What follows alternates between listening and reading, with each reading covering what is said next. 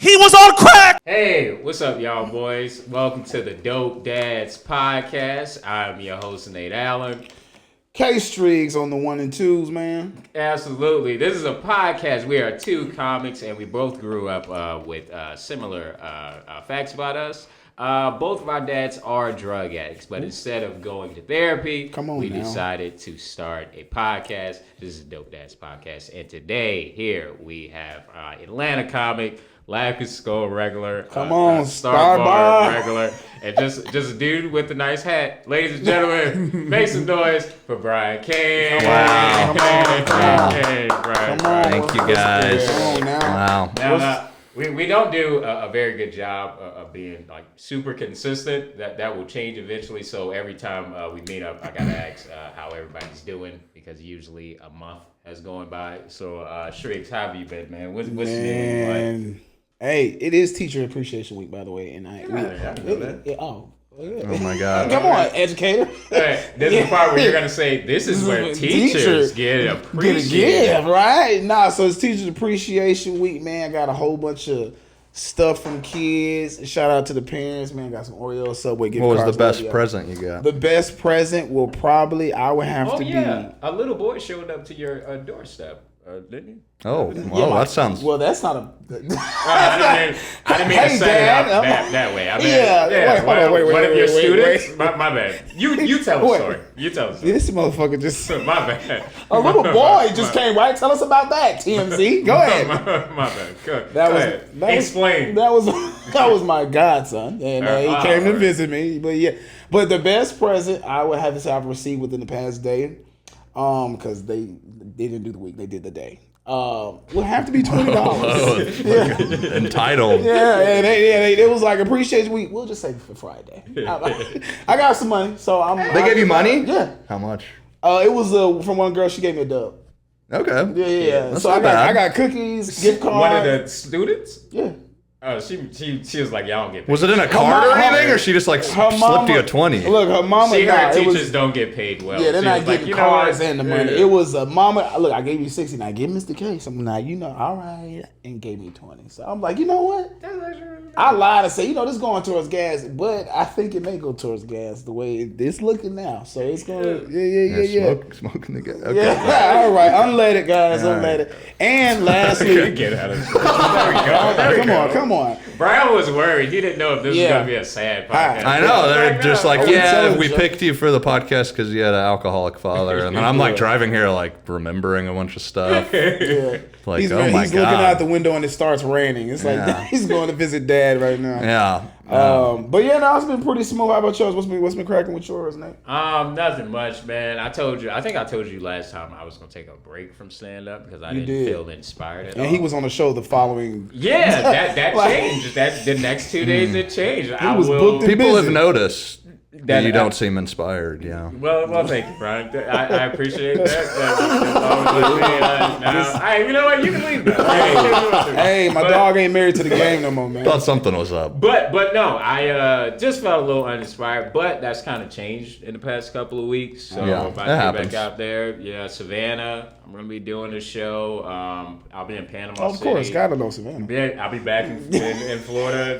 It seems like every time we end up doing a podcast, I'm about to go to Florida. He's from Florida. Yeah. Oh, okay. But specific part of Florida. Fort Lauderdale, South Florida. But he, in the longest of time, he thought I was a Savannah resident, and for a very long time, he was like, "Oh yeah, you Savannah, you know Savannah." I was naming people that I thought he knew. He was I had a thing. I thought from Gabe Haynes was from Savannah for the longest time. No. I mean, he lived there. He lived there for a while, but he's like, "No, dude, I'm from Atlanta." And there was like 5 different times where I was Why did I like, think "Savannah," and he was like, "I don't know what the fuck you're talking." He was like, "No, Eastside." Yeah, it's just like it's every time I saw you, you would be there with Savannah. other Savannah people. So I was like, oh, and then when I moved to Atlanta and I saw he was here, I was like, oh, everybody from Savannah really makes it cool. It was nice. He said, "Yeah, you went to E-High?" Yeah. But anyway, he is not from Savannah. He makes that very clear. He's from Florida. Come on, But anyway, other than that, no, I just been chilling, working. Not much, man. Just falling in love with stand up. again. For like the 8th time. No, don't be like a little whore now. Don't keep trying to go from the streets and come back to the game. Stand up is a whore. You know what I describe stand up to somebody? I said one of my friends. You know how sometimes in the group chat comics could start complaining about not getting shit. Yeah. One of my friends was in the middle of doing that, and he asked us, "What if comedy doesn't love me back?" And I was like, "Comedy doesn't love you back. Comedy is a whore who stays out, a bisexual whore, cheap whore. Let me be clear. She's who bisexual. Stays out all night, does coke, fuck on a bunch of dudes." And then maybe she chills with you sometimes. Yeah. But you appreciate when it feels good when she's nice to you. It's a mic toss. Yeah. You know? So that's why I'm here. I've been in the streets for it. And to my left, the guy that you can't see off camera, but we absolutely love, Joseph. How have you been, brother? I feel loved since you said you love me. Yeah, don't you play like this in front of other people. Yeah, well, they can't see me, so they can't see the sarcasm on my over face. there. Exactly. So what's going on over there? What y'all got going on? No, but my bad. What's been going on with you, man? Yeah, y'all got going on. You look like you lost a little bit of weight, Joseph. There we go. I lost. Y'all wouldn't be able to tell. I lost 25. I know, right? Whoa. You lost 25? 25? Yeah. Oh shit! What have you been doing? Ozempic? Or no? No, all natty. Nice. All natty. Well, I changed my work shift, so I get up around the time that I normally wake up, and I go to the gym. And I've only been doing cardio so far, but I try to do like an hour of cardio, incline walking, and mixing in sprints, and that's pretty much all. Be on that Stairmaster. I know that stair. That, and then just a whole bunch of fish, spinach, and sweet potatoes. Wow. On repeat. Pretty good. Yeah. And a gallon of water a day. Wow. Nice. Pee-pee man. I didn't realize I'm becoming a fan of sweet potato, like just regular baked sweet potato. I love a sweet potato. Yeah, see, I've grown up in I want to say traumatic, just in an institutionalized way to where sweet potatoes always came in the form of candy yams. Okay. So, meaning diabetes added to. Yeah, I don't like when people. Oh, this one. Oh. I just don't want to block in your face. Oh, okay. Hey, man, it's a good face, man. Let the people see it, man. Don't Yeah. be selfish, man. Just gonna lose you guys some views if you block this. But yeah, no, sweet man is good. So I'm becoming a fan, of just like a bare sweet potato because it's not sugary, but it's a good. Good sweetness to it. Yeah, I don't like when people put all the fucking marshmallows on it. It makes me sad. Just if you don't like blacks, just say that. If you don't like blacks, just say that, and we'll chalk it up to the game. No, I'll save that for I don't like when Slopcast. people eat the neck bones and the pig's feet and stuff like that. I don't like any of All that. you sweet potato pyres. The Bluetooth speaker. There we go. You Bluetooth at a bus stop, you guys. Oh my god! Like, well, we asked you about potatoes. I don't know. See, let me tell you about. Facts, no. Look, this is like hey, racism is never going away, guys. No. You gotta feel it. Hey, face it head on, man. Come on, man. We don't run from this over here.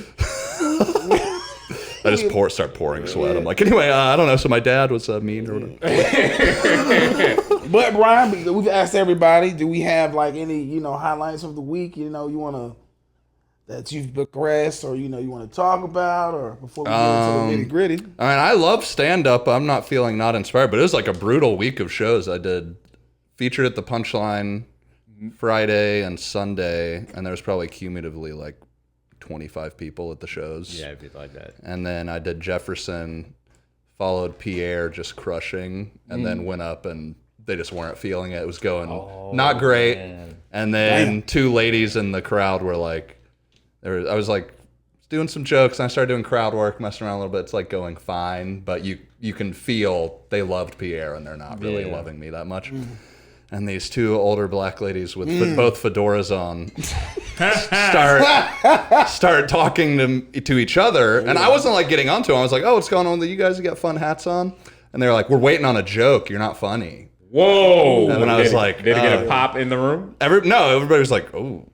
And then I was like, You don't mess with well, I'm black doing women. jokes. You just don't. I'm like, believe me, I wish Pierre went last too. He fucking killed. Whatever. Man, black women and they. When you gotta talk about the last guy. Yeah, I know. That's always. I always feel like it's such a cuck move too. If somebody, and then you're like, let's give it up for them too. When you go up, it's like, all right, you fucking pussy. But yeah. And then the one lady like got up and stormed out and was like, you're not funny. You suck. Whatever. And then her friend was just sitting there, and then she was doing the thing where she's not even looking at me. She's like looking at the ground, like can't even look at me. She's so upset. Yeah. And then I was like, you can go too. You can go hang out with your friend. You're not having fun. And then she left. And then it was like awkward. But then I somehow, this sounds like I'm coping, but I did somehow turn it around because I think that like unified all of us because I was crazy. Yeah. And then I like made fun of myself and then it ended up going okay. But that was like straight up humiliating. And then went back to the Punchline Sunday, and it was literally the headliner's mom, his mom's housekeeper, that Rob Nykirk guy. Do you know him? I don't know. He's just like a weird drunk guy that comes to shows all the time. He got banned from the Skull. I think I'd probably know his face. Like and a white guy? And then a guy who was just at the show earlier the weekend. And that was the 4 people in the crowd. I would do 20 minutes, and it was fun. I mean, I did okay. Yeah. I was like proud of myself for it wasn't miserable, but that was like my weekend where I was like, do I really, I feel like a test. Damn. And Jefferson, that's not like, that situation that happened to you at Jefferson, that would probably be easier to swallow at like a shitty bar where they have TVs on, because there's almost other things to I know. distract If you them. bomb when it's not set up well, you're kind of like, well, this wasn't what it was. Pierre crushed. Yes. They loved him. They were like, this is fun. And then I was kind of like, cool, they're hot. We're going to have some fun. And then they were just like, and then I also, because we're in Jefferson, it's all like older conservative people. So I like tailored the set to like get into the edgier, dirty stuff later. So I was doing very normal jokes. So they weren't even offended. They just hated me. So it's easier to be like, well, they couldn't handle it. I'm so twisted. I'm just a genius. But they were like, no, we fucking hate you. Where was this at in Jefferson? Jefferson. Where was that at? Like North Georgia, like past Gainesville. It's in Jefferson. It's like if you put Jefferson in your phone, you probably find it. But yeah, but then I went to the, did some other spots, the Skull and stuff, and then it's been going good. So had to get back to it. Yeah, what is your mindset when that happens? Panic, terror, fear. Oh, you mean after? I mean after. I don't know those things.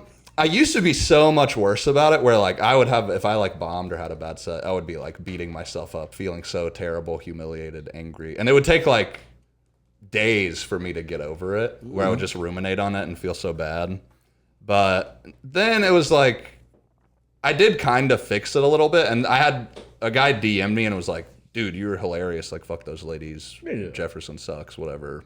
And a bunch of people came up to me afterwards and said it was fun. So it wasn't like a complete total disaster, but it was embarrassing. But handling bad sets, I'm a little bit better about it now. Like I immediately, I called Foskey, I called Shelly, and we're like laughing. And now, then I went to the Skull and told people, and everybody relates and knows that happens sometimes. So then it's like funny to talk about, but still, I get pretty sad and upset and angry about it. Sad, upset, and angry. Yeah. True emotion of a comedian. So it's very big. I think sometimes that a lot of us get like that as artists because people having bad sets. It's almost like people rejecting your art, and I don't know about y'all, but I internalize that as y'all don't fucking like me. I know, and it isn't that, but it's hard if you sucked at playing the guitar or you paint a picture and people think it sucks, you're like, well, they don't like that thing I did. Stand up, I'm like, I'm telling you about my life and myself and expressing who I am. Body. I don't like so it does feel more like a personal rejection. But a lot of times it's just like, just those group of people that day. Yeah, sometimes it's not your night. Yeah, whatever. But yeah, so. That's fucking cool. But I'm totally over it now. Yeah. That's important. That's good. Ron's like, excuse me. Yeah. I'm over it. All right, cool. So you know the concept of this podcast. All right, so I make it a point not to know about the exact thing. I only Okay. vaguely know the story you're about to tell, and that's only because Shelly told me. So I either know. What is Shelly telling you? All right, I'm about to tell you. Brace yourself. Chill out, bro. First, that it is about your father, and Yes. he is either addicted to pills or alcohol. I don't remember. Both. Yes. Oh, look. Well, no, I'm sorry. Okay. I'm not excited to hear that. I'm not excited. I always got to catch myself because now doing this podcast, anytime I hear someone has a drug addict family member or they themselves is a drug addict, I start grinning a little bit, and I got to stop doing that. Yeah. But all right. Okay, we're gonna get a clip. I do be thinking about that sometimes. Yeah. No. Okay, we can talk about your father, and I always like to start from the beginning. Okay. So, at what? Okay, how did you grow up? What was the family dynamic? Who were you raised by? So mom and dad, mom teacher, very sweet, like nicest lady ever, puts up with everything, very whatever. And then my dad, like crazy, probably like bipolar, BPD, alcoholic, drug addict guy. He actually was diagnosed with bipolar. I think, yeah. And then, so he was like really bad alcoholic, probably from when I was like, basically as early as I could remember. He would get like wasted, go on crazy rampages, huge fight with my mom. And then we would like go up to my grandma's house and my mom would be like, we got to get out of here. And then she probably, be like, I think I need to leave him. And then he would like get sober, be like, sorry. Then she would forgive him. We'd come back home. And then a couple months later, that would repeat. And so that was just the on and off thing my whole childhood. And then like he was a landscaper and had his own landscaping business, and then would All right. We- so just is that a common Yeah, no, Yeah. so there is this, there's this unknown study. Drugs and carpentry work is just... well, landscaping Yeah. is yards and shit. Yeah. but I'm working saying with your land, anything with yeah. hands, like building stuff, cutting grass, it just goes, I don't know what it is, but yeah. it goes hand in hand. And then Did I that- did landscaping, and it was me and a bunch of criminals, and I was like, yep. Yeah, And then drug addicts, and yeah. My father painted houses. Yeah, and that's a big yes, thing. My and dad owned the landscape. Okay, there we go. I think it's like He's a handyman. you just get some equipment. You don't need qualifications. You're not really dealing with people. You're just like kind of by Drug yourself. testing. Yeah, drug testing. And you do need your hands for drugs, so it's just like, why not be able to get Yeah. shit, So he did that, and then he kind of like fucked his knee up and his back up, and then I think then he's like a casualty of the opiate epidemic. So it's like early 2000s. So then it was just like you say you got some pain, and then they give you unlimited OxyContin or whatever. Don't So you then miss that those entered the days? picture. Then he was doing benzos like Xanax and Ativan and stuff, and then that mixed with drinking, I mean, you turn into a lunatic. Yeah. So then it got like turned up a notch, and then he was like unemployed. Then he got diagnosed with a brain tumor. Okay, hold on. Because this shit moving like the Michael Jackson. It's like, hold on. This shit moving like we shouldn't be off the this is wall like yet. NASDAQ. The whole time you were going down, I was like, I hope he know we got to go over each one of these we can things stop. he just We can said. stop. But no. All right, so at what point you said, okay, your mom, teacher, your dad, landscaping. Yeah. At Yes. what and I hear you say you guys, there was plenty of times she tried to leave him. At what point did you realize that, oh, my dad has a drug problem?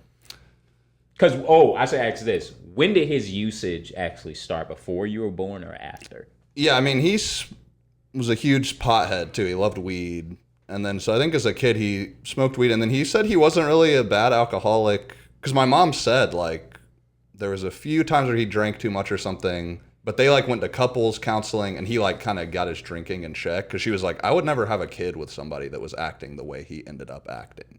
She told me that. So it was just... So then I think maybe the stress of having a kid and working, or I don't know, his trauma or whatever, because he had a bad alcoholic dad, grew up poor as fuck, like had a bad relationship with his family, whatever.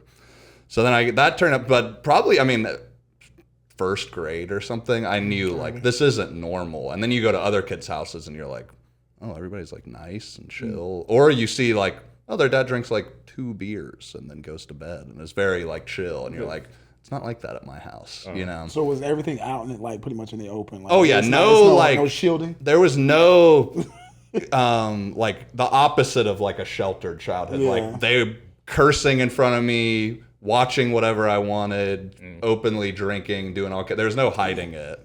So I was just, and then there was kind of like an unspoken like, you don't tell people what's going on in our house. So I was like, it was like a secret. So then I like had this. Because my mom was a teacher at the school I went to, so I didn't want to go and like embarrass her or talk about it. So then that was a thing, and then, so then he got diagnosed with a brain tumor when I was in 2nd grade on his pituitary gland, and then they were like, I think it's probably like it's not cancer, it's just like a thing in your brain. So anyway, I do wonder, did that start to make him crazier, or did that affect him? Because he was more normal, and then as he got older, he got crazier and crazier, and I was like, I wonder if that's fucking with his brain on some level or something. So was it wild, cool down, that got wild again? Like in terms of basically, yeah, because he was like so many of our like comedian friends who have drinking problems. Some of the funniest, smartest, coolest people you know who just have this problem. So he was like super well read, like constantly reading books, super talented musician. Funny guy, did all the cooking and shit in our house. Like when it was good, he was awesome and like so cool. And then it was like a switch would flip and he would just drink too much and then be crazy and miserable to be around and be mostly mean to my mom. And then as I got probably like in high school, then it started to turn on me more like, all right, you're old enough, you can take it. And then, you know, be mean to me. When he was sober, because a lot of times people will drink to try to access some feelings that they can't get to when they're sober. When he was sober, would he like talk to you and express himself? Was he vulnerable? Yeah, but there was almost like being too nice, where it was like you could tell some shit was bothering him, or I would do some annoying kid shit, or my mom would do something and it'd be like, no, it's cool, and then he would get drunk and be like, you did that, and then you did that, and then it was like, oh god, okay. So you could see it bottling up. But yeah, he would be pretty nice and normal when he was but he just had a crazy temper, and then I inherited that. Yeah. I've chilled out a little bit, but I was about to say you are much cooler than when I first came around. Yes, when you first came around. Yeah, for sure. How long I you been in remember, it? How long you been in it? Comedy? 10 years. Okay, so I mentioned I came across you probably a couple years ago, maybe. Yeah. How long have I known you, Brian? Probably like the past 5 years. At least. I've lived here in Atlanta. Yeah. Yeah, and also before I talk about your anger, I also have anger. Yeah. I try to keep it as private. You can't tell if you look at my Instagram stories. Sometimes I get emotional, but yeah, I've had to calm down with my anger too. I remember that time. No. It's not that bad. Okay. That time, I think your bike got stolen. Oh yeah. You remember when your bike got stolen and you were like, I also vent on my Instagram stories as well. But do you remember? No, but I like posted about it. I was like, please help me find my bike, and then nobody did anything. And then I think I made a story like, hey, nobody's gonna fucking share it. You'll do a boomerang of people bombing, but you can't fucking help me. And I'm like screaming into my camera. And then I found my bike, so it kind of worked. Everybody needed to be slapped around a little bit. And then we found it. So I think I needed to yell at everybody. but I bring that up to say, no, I understand what it's like. I played Madden a lot back in the day, and I would punch a lot of holes into my wall. And it's embarrassing. Yes, it's so embarrassing. humiliating. Because you think when you're in the heat of it, you think like, I'm showing everybody. And they're like scared, and they're going to listen. And then you're like, no, they're like, this guy's weirding everybody out. It's so embarrassing. A vibe killer right now. Yeah. I know exactly what that feels like. I have lost out on relationships. Yeah. It affects your communication. You just don't. I didn't know how to really access how I felt about people if I wasn't fucking yelling and cursing at them. So now I've gotten to a point where I actually, the reason why I'm so calm now is because of what you just said. I don't want to look, and excuse my language, I don't want to look lame to the hoes. Oh, I don't want to look like... It's terrible. It's the worst feeling in the world. And women love it when you're just easygoing. Exactly. Some shit happens and you're like, it's cool. We'll figure it out. What? Do you disagree? On a certain degree. Well, crazy women will like it if you're freaking out. But here's the thing: do we really know who's crazy? Yes, I'm getting pretty good at telling. Sometimes, yes, but a good amount of times you have a great facade, and you're like, when you say like women like the easygoing, I feel like I feel like that is true, but I feel like there's a lot of, I'll just say, people that love that. Oh yeah, let's see that side. It's intriguing to them. So I'm like, I can agree, but I can also disagree because I know some people. Maybe I won't say when my girlfriend specifically likes that I'm not crazy and keeping it chill. I shouldn't have used the word hoes earlier. No, but here's the thing. I feel like No, let's do one of those podcasts where we talk about women. These bitches don't get it. Sometimes you need to yell, mix them up, makes their pussy all wet, right? He says, shoot him like the ticket with the butt in the back. Come on, wake him up a little bit, huh? He's like, wake him up a little bit. But I'm saying, it's like, they're asking for it. Yeah, come on, look at him. I was watching this one guy, I forgot who it was. He was like, look, if you ever hit a woman, you can't let your hand leave her body because that means it's domestic. You got to just keep it on there. I'm like, you're insane. You're insane. He said, if you lift your hand up, she can call the cops. But if you just keep it there, it's more like, I'm just checking on you. I was like, okay. All right. Wow. No, but I mean, just there's validity there too with the the easygoing and But I think whether you say it or not, I don't think it's like you don't want to look lame in front of the whole. I think they've already had to prejudge if you're lame or not. So I was like, whatever you do, it's like. But I think that's just for guys in general. Like initial attraction definitely. Yeah, it's like. But I'm just saying you definitely crush any chances. Yeah. Nah, if it's sure. like and with these arms flailing around and me being angry, that don't look sexy at all to anyone. No, I just had a memory. I remember in high school I was like freaking out at home about like I had so much work I was behind on and I had so much shit to do. I was gonna like fail this class, and I like got frustrated and I like jumped up and down, and my dad was like, "You can never jump up and down." He was like, "If you jump up and down when you're angry, like women are just never." And I was like, "You are so." Are you trying to get in some tight jeans, motherfucker? What the fuck is you doing? But that was a good lesson. I was you cannot be jumping up and down as a man. We were having it. So to the second point, we were having a conversation about like you shouldn't do. So my guy, Digi? You know Digi, big heavyset twin? Do you know Digi? Yeah, I don't think so. Jamel and Jamal. Okay, right. So he met. What's the old white guy in over the Marvels that wrote the Feige? No, he just passed away a couple years ago. But he was in a couple of the movies. Like, what is his name? Stanley. Right, Stanley. Oh yes. Okay. Right. So he met Stan Lee, right? And he was like, Stan Lee is, he DJ missed every fucking body, right? And he met Stan Lee. He was like, yo, when I met him, I ain't even gonna lie. I was like, what? He's like, I did the double hand surprise. I was like, what do you mean? He's like, I said, did you just put both of your hands on your face? Yeah. I'm like, if it's not not even the Home Alone, you can't even do that. Like, the cover the mouth and the nose, I'm like, did you? Come on, dog. Look, he was like, bro, it's Stan fucking Lee. I'm like, I don't give a damn if it was Jesus. Look, I'm going to just be like, I know you. Go ahead. I'm just saying, it's a few men that I'm just saying. No. If LeBron walked in here right now, I'm gonna be like, oh. I'm not gonna be like, I'm gonna be, stop this. I'm not going to cover my air passageways. And jump. But I can't breathe. But you're gonna hand somebody the phone and be like, "Come here, LeBron," and you gonna wrap your arm around him. No, I've never done that. I can't. No, but here's the thing. I'm open to like, bro, love you. You mind if I get a pic? Now, I'm not rapping selfie. I've never done that move. Never. But I will hand that phone. Hey, man. Can you? If something comes over you, I did that to Young Dro one time. That's crazy. Yeah, I know. This nigga. That is not Michael Jackson. Insane. That is. Shout out Young Dro. Young Dro, we're not gonna do that. It was silly. You did what? The arm around? No, I explained it. So I was going into what's the name of that mall? I live on Greenbrier. Greenbrier. Okay. Oh boy, is he there all the time? How did you know that? Wow. I was going to I was going to make a joke. It was Greenbrier Mall.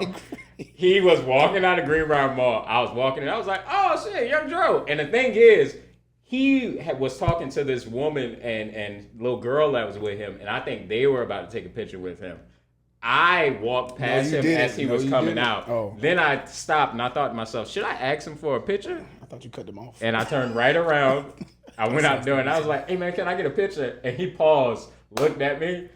Now that I'm looking back at the situation, he didn't want to take that fucking picture at all. He just looked at me for a second, and I looked back at him and didn't say nothing. And he was like, come on, man. And then we took a picture together, and I looked back at it. He was just looking at the camera, and I was just standing there smiling. Did you post it anywhere? Do you No, just have not it? at all. No. Yeah, Once I saw if it, I was you, like, I'd I'm probably not taking delete this it nowhere. and just keep it as a memory. You know, I would. Yeah, I don't want nobody to Did I access keep it.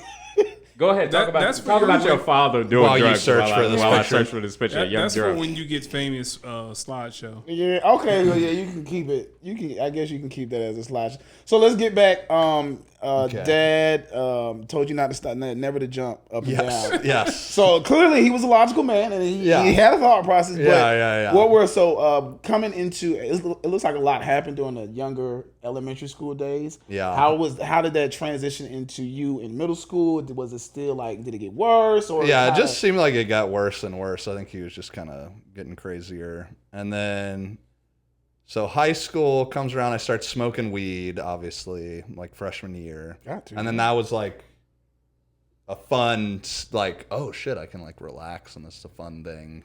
it's not an upper. Yeah, and then as like, cause my house was so chaotic. So this is the thing, I don't know, I feel like people that grew up in chaotic households, I love, and I still am like this, I love staying up late. Like once everybody was asleep, I could like relax, and that was my own little world. So I love to like, my parents he finally passes out or whatever, and then I would like smoke weed and be in my own little world. It was so nice. So that was like a big thing I did a lot. And then like sophomore year of high school, I got caught with weed. I was going over to my friend's house, and he had made a bunch of weed brownies. And in the time I would like call him and he was like, dude, come over, like spend the night, we got weed brownies. I was like, okay, cool. In the time that my mom was driving me over to his house, he got caught with them.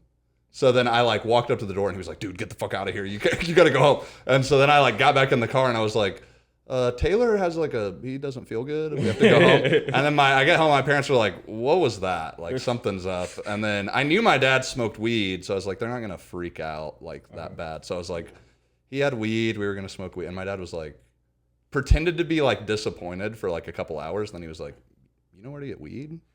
And then I became like my dad's edible plug. Really? And then we smoked weed together. And that was like, and this feels, now that I'm older, I'm like, that's crazy. But at the time, that was like the most functional, like chill part of our relationship is we would smoke weed together. And then when I could get him weed, he wouldn't drink.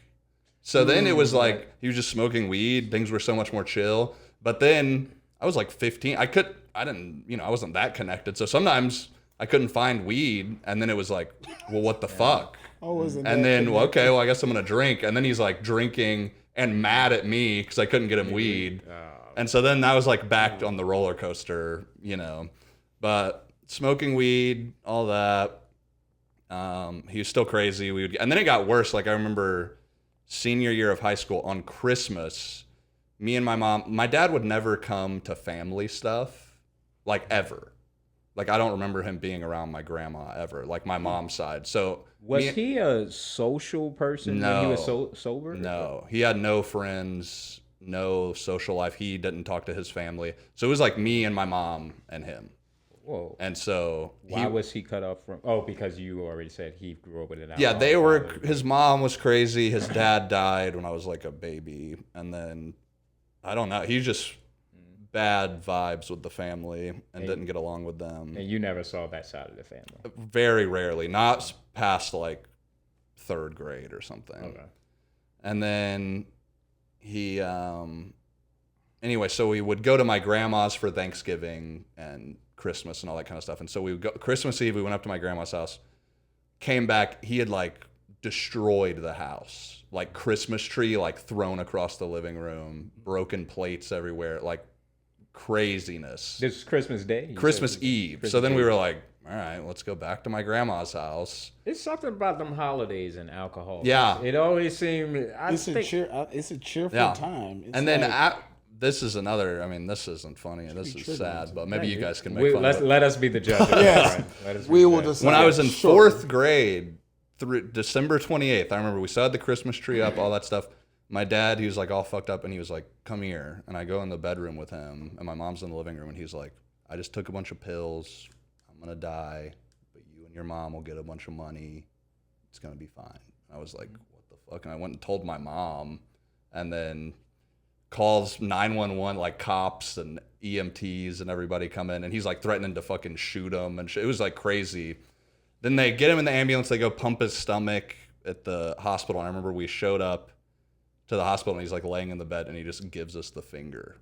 He just flicked us off. Like, I guess like fuck you for fucked my exit plan up for not letting me die. Yeah, that was his exit plan. And then I remember he said, "Buy to your school clothes money." Yeah. He said, "He's like, no new shoes for you, bitch." Fuck you. And then he goes. I mean, if you try to kill yourself, you have to go to like an institution. Yeah, you do. You have to. So then he goes to this institution, like rehab place, for a couple weeks, and then that was where I learned he was doing pills too. I didn't really know that, but that was like a bit where he was like, I was doing a bunch of pills. I wasn't myself, whatever. And what grade were you in? That was like fourth grade. Fourth grade. And so then your innocence. Just take. I know. Yeah.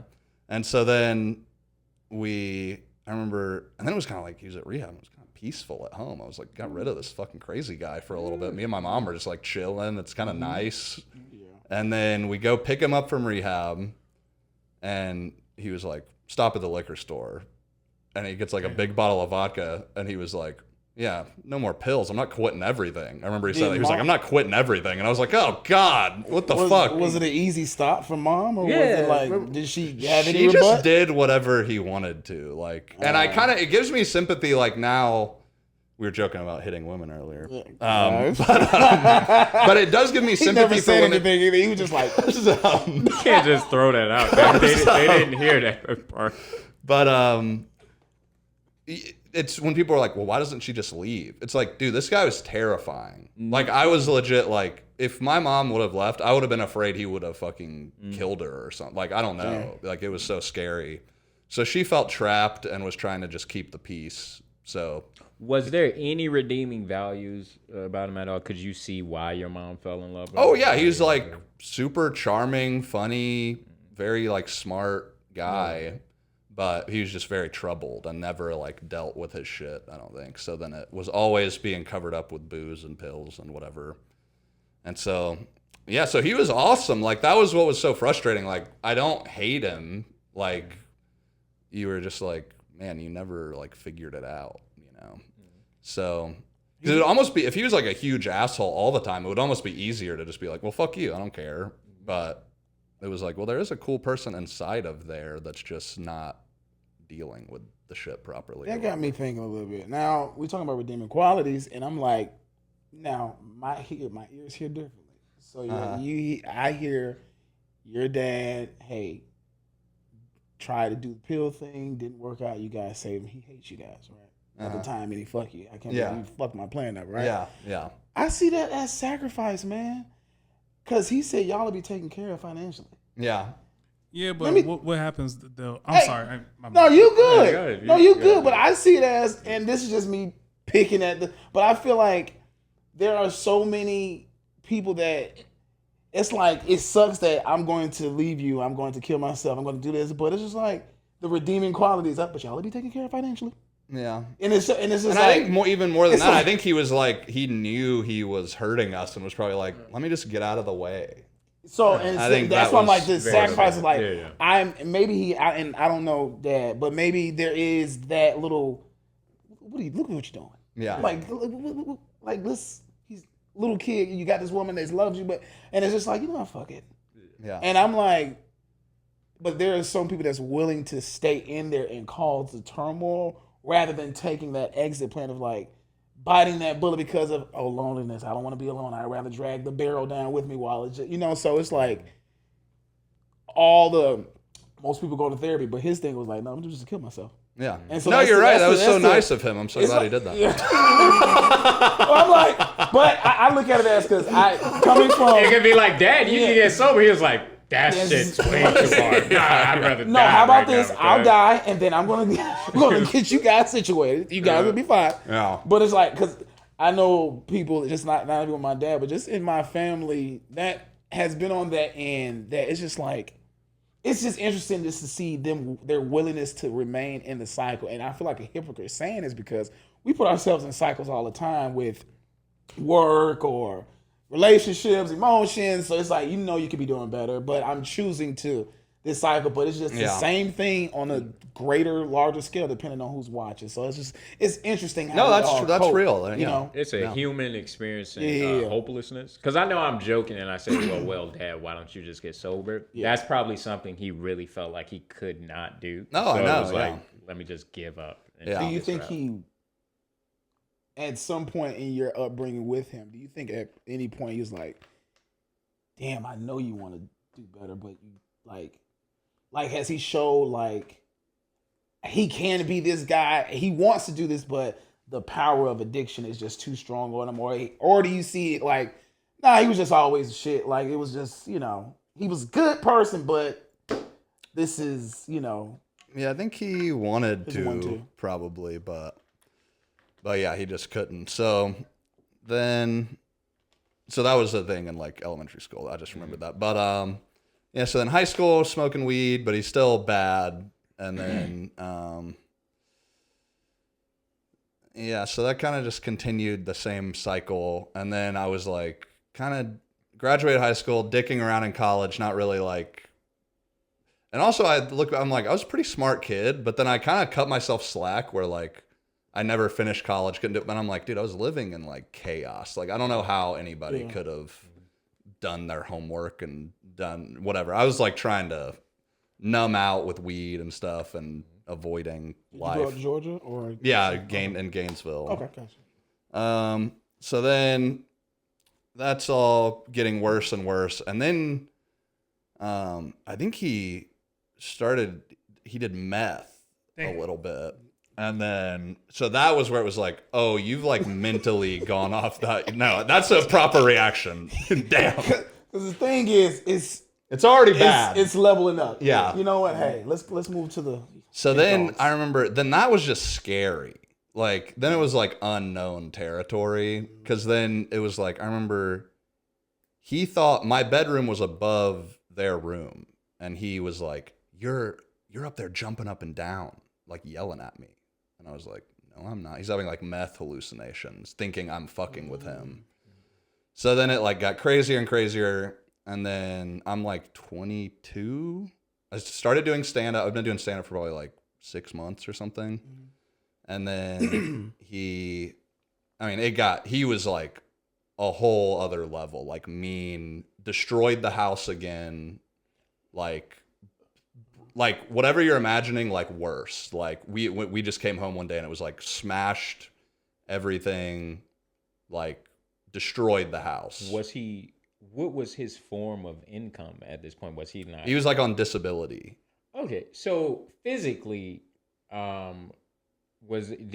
had you and your father ever had to fight each Well, other? I'm getting to that. Okay. So If you let me he, get there, I will The whole tell time I was you. listening, why don't you just hit this nigga? Like, no, there was there a few times. He was big. He's Oh, a big okay, he's bigger landscaping than you? guy. He's like jacked as shit. Oh, okay, that's what. So then it like my mom was like, I think I'm out of here for good. And she was like staying up at my grandma's house. I'm like basically like not, I think I like quit going to college. I'm just doing stand up. And but then I'm like staying there sometimes, and it's probably like a couple weeks where my mom was like, and I think he could tell like she's actually gone this time. And then he was crazier with the meth. And then one day I came home and like he was just like tried to fight me and was like, he was smoking a cig and was like trying to burn me with the cigarette and was like coming at me, and we're like wrestling on the ground, and I like somehow got on top of him and I was like, stop. And then that was crazy, What was that feeling like? but terrible, Okay. you know, because it's one of those things where you're like, kind of imagine it, like I'd like to beat them, your fucking Yeah. ass, and then it happens, and you're like, oh, this is the saddest thing ever. I'm beating on it. Yeah, and then, he's just like in a terrible spot, like just drinking. My mom's gone, house is destroyed, and then one day I went there, and then he was like sober, and he was like normal, and we kind of had a talk, and he was just like, yeah, I'm just fucked up, man. I'm sorry, like I'm just a fucked up person. I feel so terrible, like I've been a bad dad, and it was a genuine apology, and he felt sad. And then, but he was still like crazy, like just in a terrible place. And then, so then I was like still staying at home some, but then being at my grandma's, I was bringing him weed, keeping that going. Gotta keep because in your mind, all your memories of him being high. Is I know, and then that developed a very unhealthy thing with weed, where I was like, "This fixes everything," So I loved weed so much. And then one day I was a dishwasher, and I worked at my dishwashing shift, and then was gonna bring him food. I get there, and long story short, have to like break into the house, and then found him dead in the bathroom. And then that was like extremely traumatizing and fucked up. Yeah. So then me and my mom moved into my grandma's house. I was like, I need to go to therapy. So start going to therapy. And how old were you at this? I was 22. And then it was just like, I don't know, like obviously so sad processing it. But then, like I was saying, when he went to rehab, then it was like, and then there's this, and this sounds so like cringe to say, but there's this great feminist author named Bell Hooks. Have you heard of her? Yeah, All About Love. All About Love. But she has a book called Masculinity and the Will to Change that I read. And she talks in the beginning about when her dad died, there was like a relief to it. Like obviously she was sad and she missed him, but there was like kind of like the pressure's off, like this dominating masculine force in my life that has been like holding me down and controlling me. It's kind of gone. So then I felt like I could breathe. Lived with my grandma, who's like, she was very sweet, easygoing. And I kind of just saw like, oh, I would like I would leave something in the sink or like leave a light on or whatever. And then it was like, oh, you forgot to do that, but it's okay. And not this explosive thing. And I was like, oh, you don't have to live like, and everything turned up crazy. So then it was like processing that, and then stand up was like, went from this like scary thing that I would like do sometimes to like, what am I gonna do? Just sit around at my grandma's house. And then I just started going hard with stand up, and then that was going good, and then whatever. So, and then processing it. But then I also like, I think lived very selfishly for a while after that, because I felt like life had fucked me over so much, where I was kind of like, well, fuck everybody. This is bullshit. I'm going to do whatever I want. I'm living with my grandma, being a bum. I like quit my job. I was like, I'm just going to do stand up and like get high all the time and live like that. That sounds like a comedian. Yeah. And it was, I think I kind of needed that time to like decompress. And, You're right. Well, do you think you were hurting during that time? Yeah, of course. So then, I mean, I was literally just like fish. I would wake up early in the morning, like fish all day and get super high, and then like take a nap and then go do stand up. And that was my routine for like a couple years. And then finally moved to Atlanta, and then whatever. But then I think I was really, almost 3 years ago, I quit smoking weed and got like totally sober. And then that felt like a like emotional defrosting from when I was like 14, where I was still this like angry person. I was very like mad at the world, and then that I kind of had to sort through my shit, and then that was when I think I calmed down. But that took a few years after he died. But yeah. Question: Yes. What during that? And there was I wouldn't say a jump, but we went from high school, got to the 22-year-old. Yeah. At what point was there an epiphany before the early 20s, maybe late 20s, that you realize like, yo, I am my father's child, whether that's like an action you possess or you did something, it's like, oh my God, do you remember you have a moment that you did something that's like, oh my God, like yeah. I mean, endless, like just really angry freak out. What is your most stuff. trait? Like, what would you say if you had to pick like the number one trait that I got from my dad is? I mean, the bad one is probably my temper. But he was also really funny. So I think I'm funny there how you he go. was, but yeah, just like not handling stuff well and freaking out and then having this like embarrassing stuff. And then you like are ruining relationships. And I was so ready to be like, well, fuck you forever. I don't give a fuck. And then you're like, well, if I keep doing that, I'm going to have this sad life. Like So, when you were saying when you lived with your grandma and she didn't freak out about things, a lot of times the home you grow up in, you're gonna mirror how whatever their problem solving skills are. Yeah. That's what you're gonna end up doing. Yeah. So when I grew up in a household where it was I witnessed a little bit of domestic violence. Well, I used to fight my dad all the time, Yeah. like a lot. And there was a lot of yelling, a lot of screaming. There wasn't a lot of sitting down and talking Yeah. if you had a problem with somebody. Yeah. So when it came to relationships, it would be like, why are you upset just because we cursed at each other and said the meanest shit that we possibly could say And to that's each not other? normal to Yes, them. like why is that not normal to you? Yeah. Like let's just cuddle. No. Like that was nothing. Like, that was yes, 7 minutes ago. I Like, stab get over you, it. you shoot me. This is come on the. I say you ain't never gonna be Be shit. shit. Like, what's Yeah, wrong with like, you? come on, Come dude. on, that's We what do happens. this. Come You on. hit me, I Come run in the on. middle of the street without a shirt on. I go to It the precinct, happened. put a, Come on, like, I now. put a case No, on believe you. me. Come Yeah, on, man. but- I move. Yes. Take our son. You put me on child Blah, blah, blah. support. Why? Then I spit on your Yeah. grave. Come on, it's the normal. Come on. But once you get around healthy people with healthy communication skills, it's almost like it's embarrassing to say you had to adjust. Yeah, to you it. feel like a wild Yeah. animal. Or Yeah. something. Like, oh my God. I will Jesus say Christ. this. So one of my friends, I always clown him about, and it's crazy that I'm clowning somebody about this. This nigga died. Yeah. He got molested. So he got fucked when he was a kid, right? Nah, but so he's a good guy, right? He comes from a 2-parent home, right? Okay, And yes. he's like, so what's normal to me? I grew up, it's just me and my brother and my mom, right? Dad, every couple of times a year, I'll see him or whatever the case, right?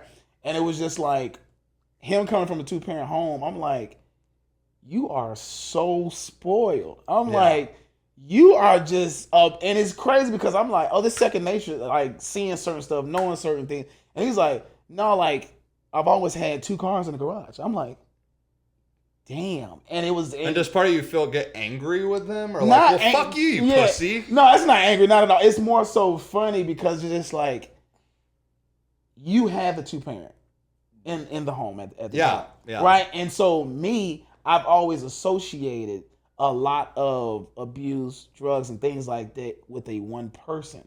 Yeah. With the, like one, like, you know, you have I live at home with mom because my dad, he did drugs. Or I live at home with dad because mom is, you know, so it's just like, and I used to mirror my friends based on, like, all my friends have 2-parent homes. Yeah. Like all of my like closer high school friends all had a dad in the house because it was just like, oh, men are cool, but I live at home with my mom. Nah, you ain't gonna be like your daddy. You got, you know, you have that, and then when I go experience a dad, it's just like, oh, I know. look at him, it's so. But it's interesting just to see how the dynamic can affect, you know, the child into the man. It's just like, and so to this day, I still have jokes because I'm like, yo, 2-parent, like, you really have a skewed vision of how life is, and it's to this day, it's like we're 30, like we met at 18. I'm like, bro, this is still like amazing to see. Yeah, no, I know. It's just interesting. It's an interesting thing to see. Yeah.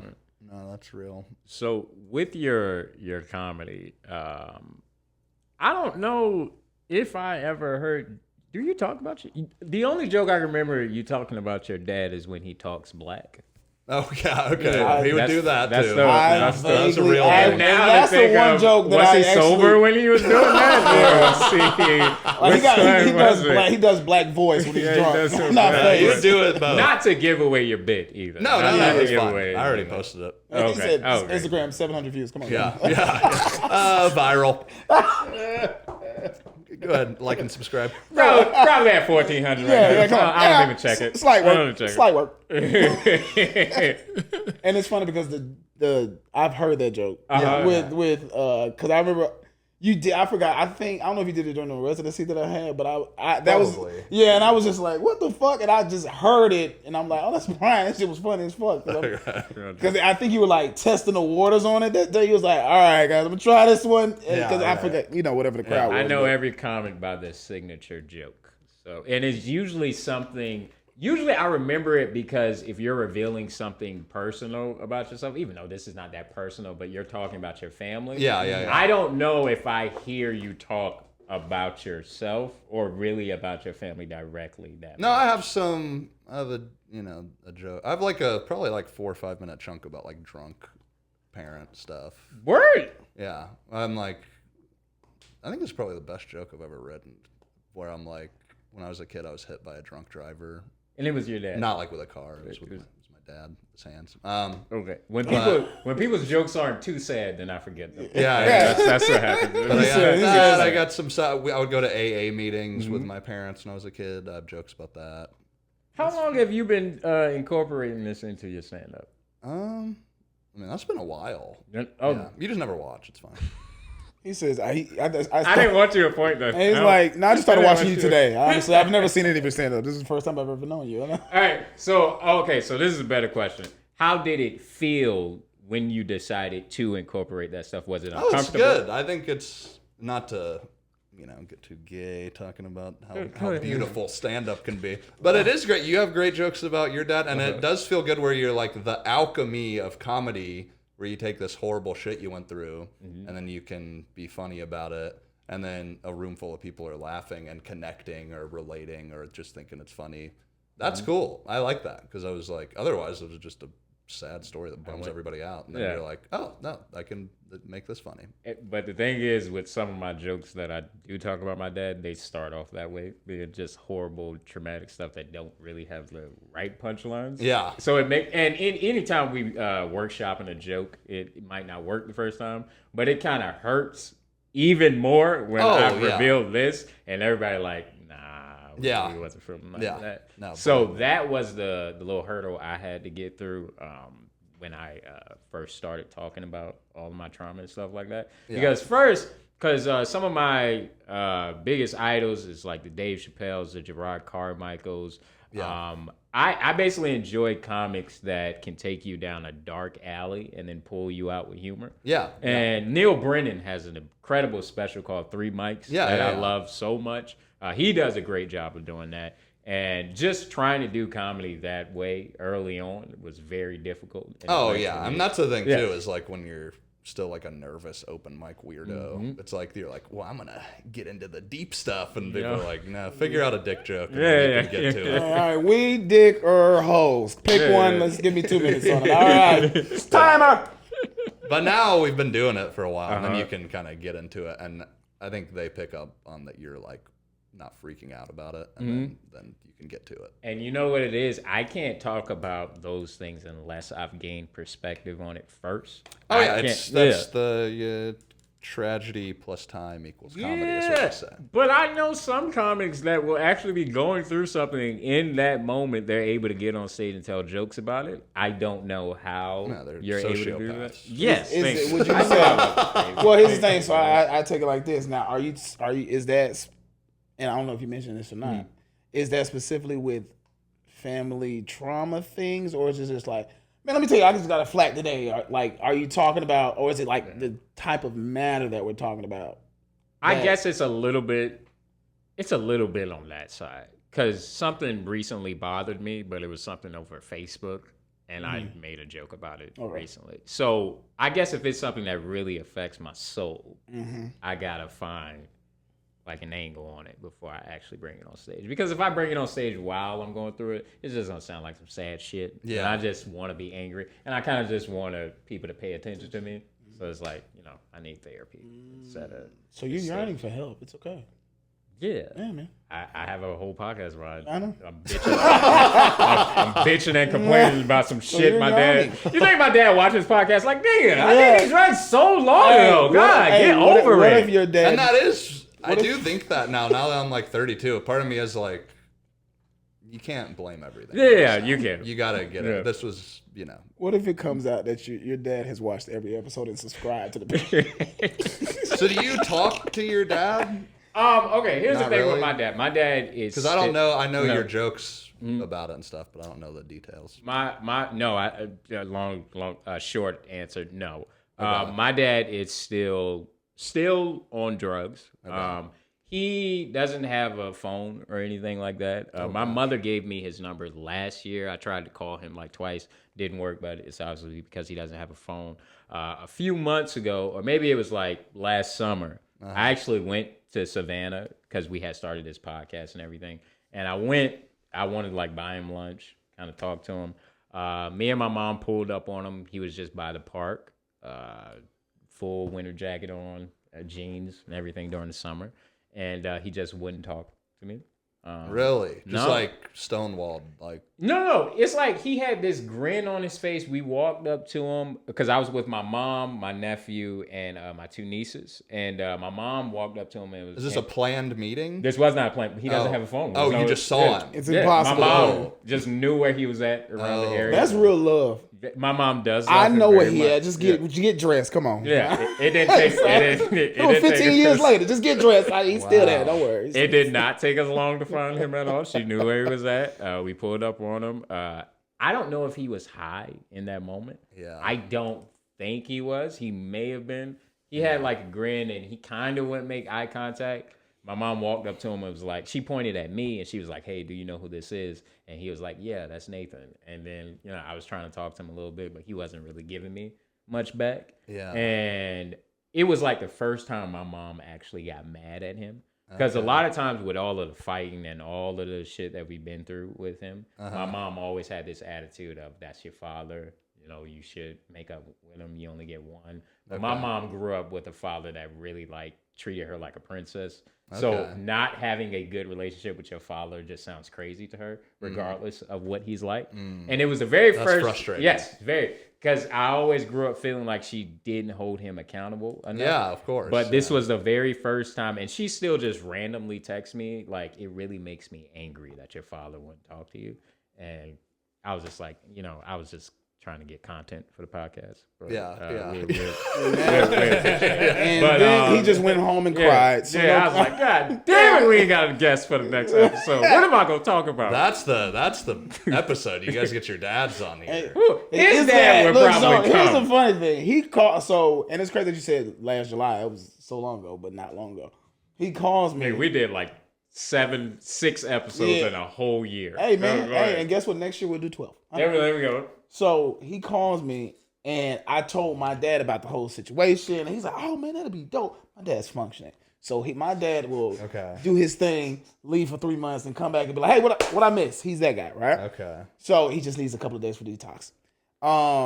So I'm with my dad. I'm like, "Yo, Nate," he's like, "That's the dude with the podcast." Like I said, "Yeah, he's gonna visit his dad. Has to talk to him." Blase. He's like, "Oh," so my dad's excited. He's like, "Dope, if whatever." So he calls.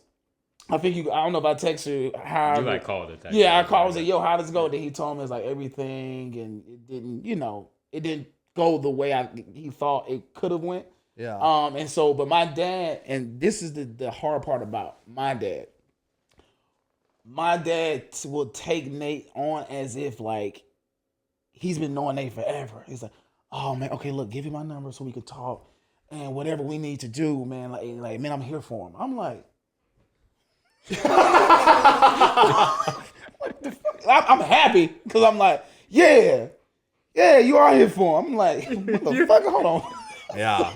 But No, that's my dad. But he'll be such the great highlight, man. You should do everything. I'm take care of mom, take care of my kids. I love them.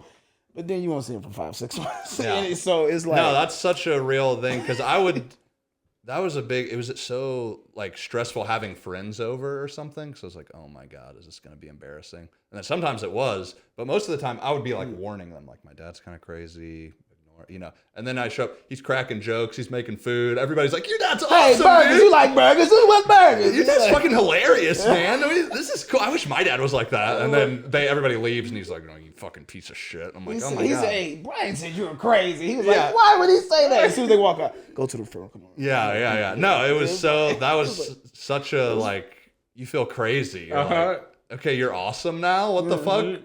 But that was. Can we just adopt a friend then, so you can always be awesome? Like, God damn. Yeah. So I don't know, but That's and then I do what you have a joke about it where definitely seeking out father figures. Yeah. Where like I have some friends probably close to my age that I'm like subconsciously doing that, where they're just like a cool guy, and I'm like, "You're cool, dude." You want to come over and show me how to change a tire? Yes. First time I met Joseph, I was like, "Yo, you kind of older than me. You got a basement? You got a basement, dog? That's amazing, man. You want to play catch or something? I had to hold myself back from just texting Joseph. Can you teach me how to be a man? Can you teach me how to be a man? No, for real. Like I really, that comes from a real place. And you probably grew up with like uncles and cousins and stuff. No, so on my side, my side is dominated with women. But there was 2 brothers. One moved away to Michigan, doesn't really come back. My other one, he passed away from an aneurysm, but he was really like there. He didn't really instill on my brother's behalf, myself and my brother, and he was just like, you know. But I did have one uncle who was married into the family, and he did supply the, hey, I know it's 6 women in here, but he's the one uncle around, like at Christmas, that's like holding it down, like, yeah, now I'm gonna take the boys, and we gonna do, you know, men don't. So he was, and I would say, and I called him, I said, "Hey man, I'm 30, man, and you've been knowing me my whole life," and I said, to hold down a marriage in a family that's ran by strictly women, and you married outside of marrying in, and you stayed down, and they all respect you. Now they have certain things that they may say, but they all have a level of respect, and like they don't cross that line. I said that's very respectable because it shows the man you are to sustain that relationship. So a lot of stuff, like my uncle took me fishing, you know, even like my dad would too, but you know, it was certain things that, you know, where dad kind of wasn't there present. Like, No, that's huge. That's why I'm like, bro. That's very good. Yeah, so I was spoiled in that sense, but you know, you live and learn, and you take what you can take, and hopefully, my thing is I have to the next generation, and whether the kids or not, I feel like, you know, we all have to take that and put it back into the universe. Yeah. So it's like that's our, even like you grew up in that situation, but not saying you have to find a kid in that situation, but whatever you learn, we have to give that back. Yeah. Give that. No, one of back. my favorite quotes, I think it was like Gary Shandling said this. You know him, comedian? Anyway, I know the name. He said something like, it takes a real man to like give love that they didn't receive. Yeah. And I love that because it's like, I mean, we have any excuse to just be like an angry asshole because of what we grew up with or whatever, but it's like, well, that's like miserable. So you gotta kind of at a certain point be like, okay, everything wasn't super fair to me. I still have to try to be nice. And I think that shows growth too. Yeah. It's you. Yeah. Because if it's like, I'm doing this because it was done to me, that's like bitch mentality. But I'm not, and I say it in a sense of we have to grow. Yeah. And Like, it just feels like hacky. You're like, oh, my dad was like an angry drunk guy, and now I'm well, your grandma did it to me. You're not gonna be happy doing that. Yeah. That's what I've directed most of my actions towards. Like, if it doesn't actually make me happy, then who am I hurting? Yeah. At this point, Yeah. I'm only hurting me. Becoming a more empathetic person is what I think we're all aiming towards doing. Yeah. There was one last question I wanted to ask you. Gay son or thought daughter? What? Just Come on, everybody knows that. That's a 50-50. Everybody knows that. Gay son or fat daughter? Thought daughter. Thought daughter? Oh, fat daughter's that. easy. Gay son. The fact that he went so proper. That. That. Those things you young you young whippersnappers. And it's thought daughter. No, I'm sorry. It's gay son. I apologize. It's gay The son. gay son. Yeah. What if he was a bottom? Why would I care about that? I'm not in the room. What if God gave Like, you the details of the child? I would be like, God. And then he lets you decide, like, He's gonna do a bukkake. He's gonna be a bottom. He's gonna be flint. You know what if God gave you like the daughter? She's gonna get fucked by 10 guys in one night. She's gonna, Give me all the traits of the son again. So he's gonna be. I don't want to. You already said it. Yeah. All right. Let's say we're gonna give guys. I'm gonna give you 3 traits. All right. He's going to be flamboyant gay. He's going to be a bottom, and he's going to love bukkakes. Okay, we're gonna put this all in the bottom third of this said video. bukkakes? Yeah, comes bukkake. out. Is that a drink? Huh? Is that a drink? What is it? Yes. Yeah, sure, it can be. It can be on what you rocking with. Oh, that's good. On what you yeah, like. sure, it can. It can be a delicious drink depending on what you like. You can put it in a martini glass and you can shot drink glass, that thing you can up. put it in any glass you want. Yeah, I've been drinking watermelon. Yeah. You can be like, hey, man. make sure- It is a drink when you think about it. We're gonna it's do that not in slow mo so everybody can see Nate did a full 3-7-20. Really, I'm right? He did it. drinking watermelon. He googling it right now. Don't Google Hey, it. don't Google it, man. Hey, boy, your algorithm will never forgive you. Like, is this what you're Googling? Yeah, don't do that. Oh, and to answer your question, if God told me I had all Okay, of let's say those the daughter. traits- The daughter is like No. Okay. We said because the son I'm eventually going to pick. Yeah. So all of those traits about the son, I would look God right in his face or her face, whatever, and I would be like, can he fight? And if the answer is yes, then bam, I have a good son. All day, every day. As long as you can defend yourself, as long as all those dudes that's coming on your face, as long as you could fight each and every one of them. That's what I'm happy. bukkake is. I'm He happy looked with- really that's- worried when you Yeah. said that. So if he couldn't fight, I have to get this out. So if he couldn't fight, you would pick a thought daughter. If he couldn't fight, You don't want a gay son that's getting beat up. because now he can't stop the dick. That's crazy. I can't stop it. I'm still taking the gay son because I don't want no grandbabies.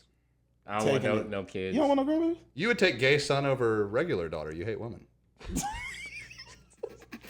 Everything that we talk about when the camera's not on, let's keep it there. Look, that's funny. Right? Not front of the camera, bro. You behind the scenes stuff. If you was not supposed to say, Brian, calm down, man.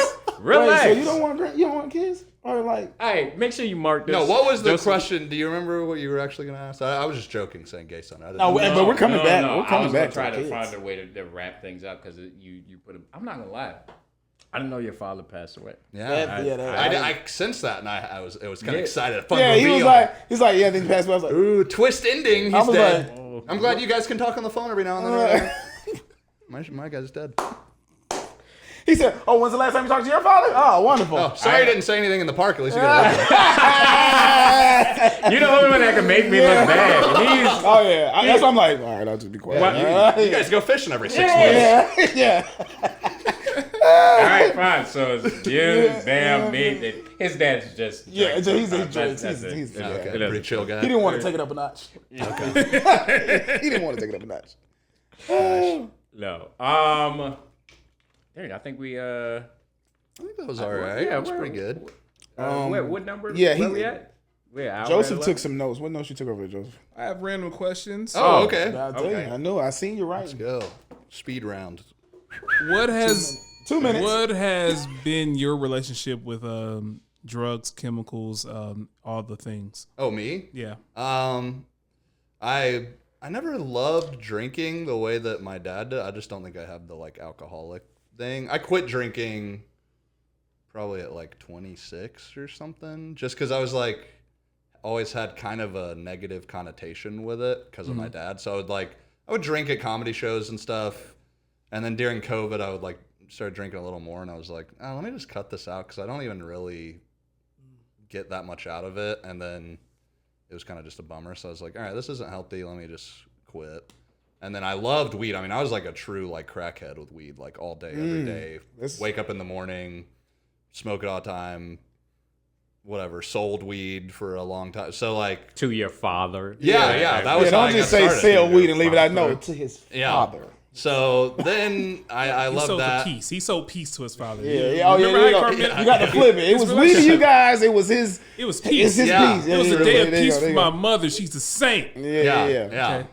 So, yeah, and then because of that with my dad, then I like looked at weed as this like miracle, like great thing, and I loved weed so much, but I just had to cut it out. And then I think I'm a little more focused and productive and shit, not being high all the Were time. those the only, besides alcohol and weed, were those the... Yeah, I never got into.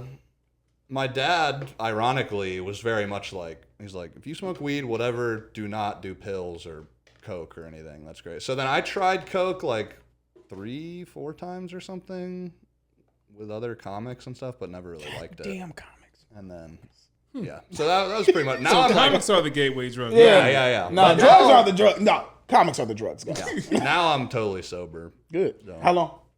Probably like 3 years. And I haven't drank for like 5 years, but no weed like 3 years. Oh, Dope. Hell yeah. There we go. How has your family experience dating? How has your family experience shaped your dating choices and your friendships? Oh, I mean, from high school was always drawn to like crazy friends. Like I didn't want like a normal, boring friend. Like I liked the kids that were chaos. getting fucked up and chaotic and getting in trouble because I was like fun and normal. And I viewed people that were living like a peaceful, chill life as like boring nerds that I'm like, I can't relate to you, you know? So then, I mean, I love like a lot of my friends are like Khaled, Clark. Those are like my close friends. Those guys drink a bunch. But yeah, so then and then I definitely have had some like bad relationships with women where like I was definitely just recreating the dynamic I grew up with where sometimes I was the crazy one that they were kind of tolerating, and then I tolerated some craziness that I definitely shouldn't have, where I was like basically trying to like save this crazy person or like manage their feelings and make everything okay all the time. And then it was like, all right. When did you notice a pattern? Oh, I mean, probably aware of it like in high school, but then didn't really get it together until probably like a few years ago, at least. But yeah, now I'm in a good relationship. Not a crazy lady. Very nice. That's chill. what they say. Yeah. How did growing up in that environment, how did it affect your relationship with your mother?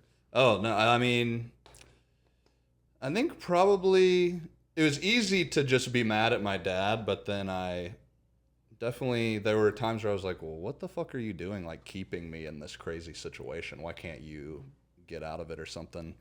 So messed with it a little bit, but I never like hated my mom or was mad at my mom for that. And she's been very apologetic since and, you know, been like, I think she still feels really guilty about it and all that. So we're cool now. I mean, my mom is great. She's so sweet. I think she's just kind of like a codependent type of person who will put up with stuff to keep the peace. So, but now she got remarried to like a very normal, nice guy and everything's chill. So, yeah. Were you nervous meeting him? No, for sure. And then he like drinks very casually, but there's been a couple of times where he's just like drinking and I'm like, what's your fucking, did she, cause I'm like, my mom obviously has like a bad picker. She married this crazy guy and had a kid with him and he was a psycho. So I'm like I was questioning my mom when she started seeing this guy. Cause I was like, are you just going to do this again? But then I think he's pretty nice and I don't think he's beating her up or anything. So everything's fine. But I was definitely worried about that. But me and my mom are cool now. My last question. You talked about being selfish and the way you moved when you were living with your grandmother. Do you feel like you found a nice balance between being selfless and helpful to others and being a productive member of society versus being selfish? Yeah, I think so. I mean, I'm probably still a little selfish, but yeah, I think I'm doing better with that. I think I was just kind of like, fuck everybody, I can do what I want, because I had to deal with whatever the shit I talked about.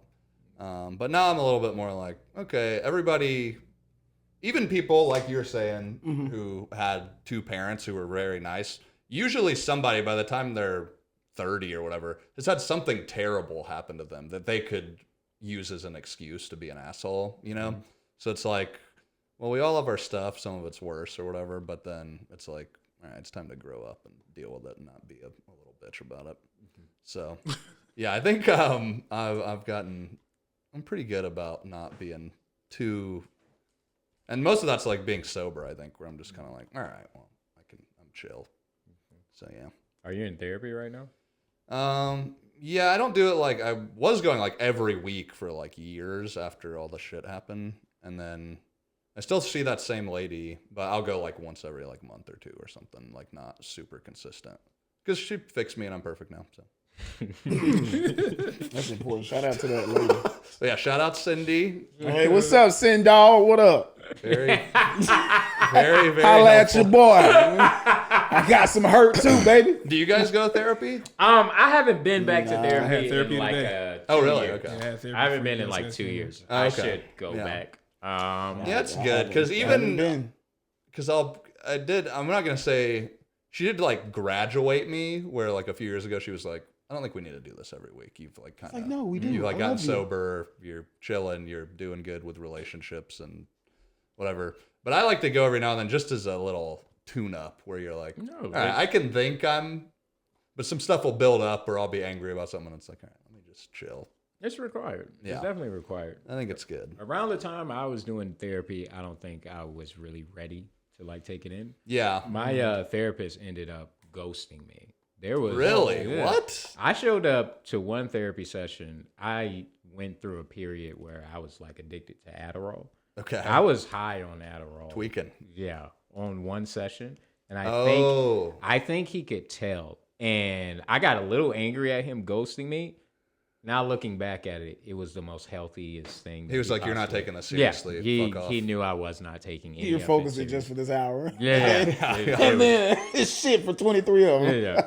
It was. I was very terrible at doing it. I was embarrassed to. I'm not embarrassed if I ever saw him again. He actually did a very smart thing for me. Yeah. I am going to eventually go back, but just from that, I feel I've taken some of the skills from it and Yeah. I'm applying it to my life. But no, you got to be in a place Mm-hmm. where you're ready for it. Because that's where I was at. Like after finding my dad and like all Mm-hmm. this shit, I was kind of like, I'm in such a fucked up place where I was like totally, because some of it is like corny and like lame. The shit they're telling you is easy to like Mm-hmm. feel smarter than it or whatever. But I was at a point where I was like, my shit's so fucked up. I'll do whatever you tell me. Whatever little, and it was like basic stuff where like, you know, in the morning, look in the mirror and try to smile and be like, I'm going to try to have a good day. And if you're like, you can be like, well, that sounds like bullshit. But if you just, I was just at the point where I'm If like, you're in the I'm going to try darkness, to do that. Yeah. Yeah, if you're in And a then dark space, that will help just a little bit. And then, you know, stop thinking negatively and negative self-talk and like basic stuff like that. Where now that's just like kind of how I operate and it is helpful. And then it's tough because you see other people where you're like, dude, I don't you could, it would just take a little bit to pull you out of this negative shit. But, I learned one thing I got from going to therapy is jazz music. The whole reason I got into jazz music is because my therapist told me you can listen to this without adding any emotion to it. It could be whatever emotion you want okay, to. that's interesting. And boy, I can't tell you, I watched every jazz documentary and I got into jazz really hard the past couple of years. I suggest it to everyone. Yeah, and yeah. now you saying it that way, I may be low-key telling people they need therapy. Sometimes when I'm telling them, if That's somebody funny. come in this room smashing holes into the wall, I'll be like, hey, brother, you ever heard of Herbie Hancock? You ever heard Herbie Hancock? Hey, I used to drive. Well, whenever I still do, but I used to drive Lyft, and that's all I play in my car. Yeah. Because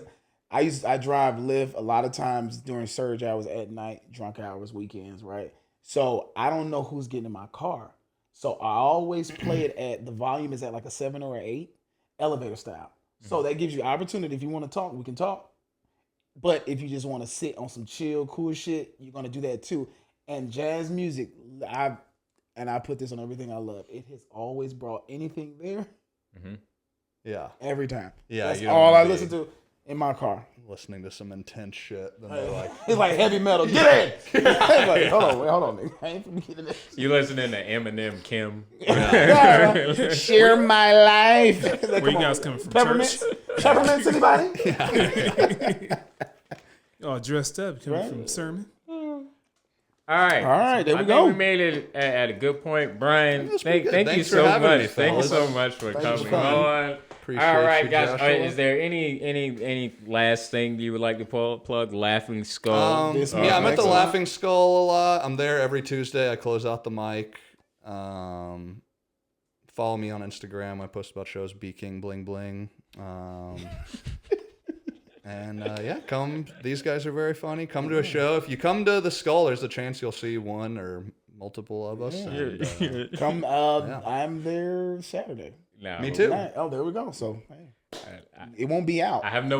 I'll be there for the open mic next week. Which day? Tuesday? Monday. Nope. Monday is a good day for me. I usually. Or I'm working the door Monday too. I'll see you Monday, buddy. All right, so guys, that has been another great episode of the Dope Dads Podcast. I've been your host, Nate Allen.